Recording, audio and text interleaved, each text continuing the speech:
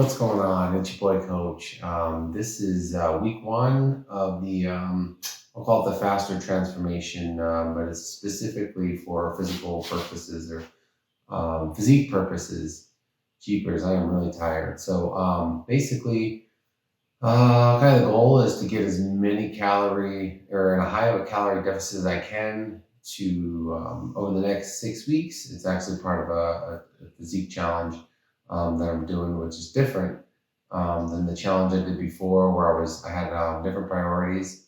I wasn't really looking to push myself as far as I could, but more than anything, take you through a process of how to mentally and physically transform your body and your habits.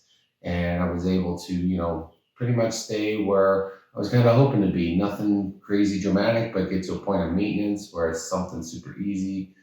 Teach a lot of the mental tactics I use, a lot of the hacks, the different foods, the different meals, and the way I prep. Kind of bringing all that into one. That was kind of the 90-day, and that's great for long term. And that's why I really wanted to do that because so many people I think struggle, and I've done it myself, is struggle with um, just coming up with a system that keeps me where I want to be. And that the system I designed basically kind of went through that over the last thing. So if you're looking for, ways to keep long term, that's what the last section was about, or that library. But this one is going to be strictly on fast weight loss. And it's something that I don't recommend unless, you have a real reason to want to do it, which I think I've talked about before, but for me, it has 100% to do with not just competition with others, but more myself and just see how far I can push this. So I tried to maybe work that into my 90 days. Unfortunately, life just hit and I had a number of other things and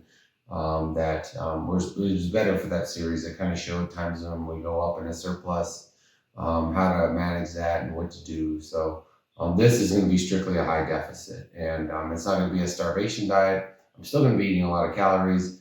I'm generally going to be pushing my calories out a lot harder. So it's just a more aggressive form of, you say, weight loss or body transformation or recomposition. So week one is done, and that is kind of what I'm going to do. Is every week kind of sum up what I had to do to get the deficit I needed, how my calories worked out, how my macros worked out, how my mentality or my mental state worked out.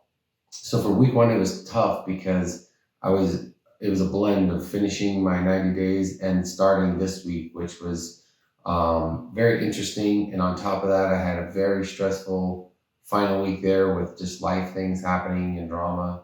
And so it brought me into a surplus as I was going into Sunday morning, which is day 7. I was basically had to do no food. My calories were way out the window. And in order to stay in a deficit, I planned on a fast day. What I ended up doing is having maybe about 700 calories at the very end of the day just because I had been so busy and just to give myself a little bit of going into the next day. So I'll be able to hopefully post up some pictures, see how that went, which was the end of my 90 days, but the first week of this. Something pretty cool about this process is that you'll put the work in, say 1 week, or my body responds this way anyway, a lot of work, and I won't see it through the week, but the following week in the pictures, I'll really see the hard work of the week before. Whereas the scale, if I say maybe do a hard deficit for a couple days in a row or a hard surplus a couple days in a row, the scale will generally be maybe 2 to 3 days afterwards. It'll just still show kind of that my weight will continue to go up or down.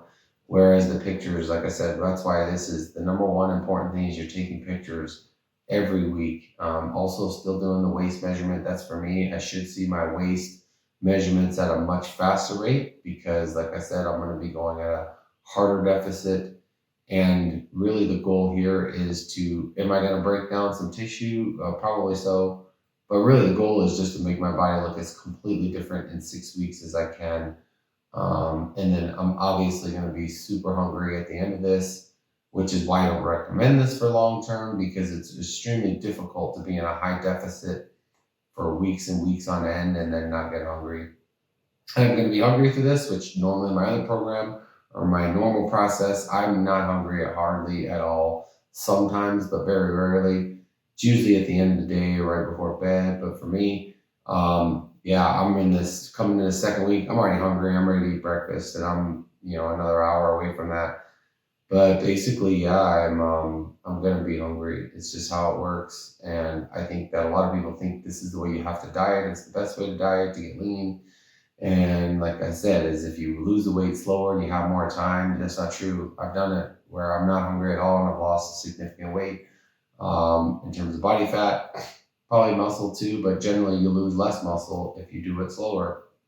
So also my part of the process here with week one, no, with week one, it's kind of to set a baseline. I know where my calories need to be. And each week I'm going to progressively get lower. So I'm not just going to drop all my calories week one. That would be really stupid and it's really hard to maintain that.